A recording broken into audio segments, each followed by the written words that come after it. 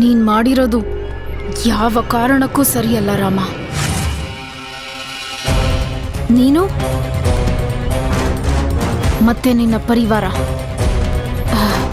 ನನ್ನನ್ನು ಮೂರ್ಖರನ್ನಾಗಿ ಮಾಡಿದ್ರ. ನನ್ನನ್ನ ಈ ಜಗತ್ತಿನ ದೊಡ್ಡ ಚೋರಳಿಗೆ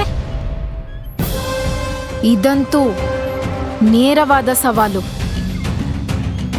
ಈಗ ನಿನ್ನ ಮಗುವನ್ನು ಯಾರೂ ಕಾಪಾಡಲಾರರು.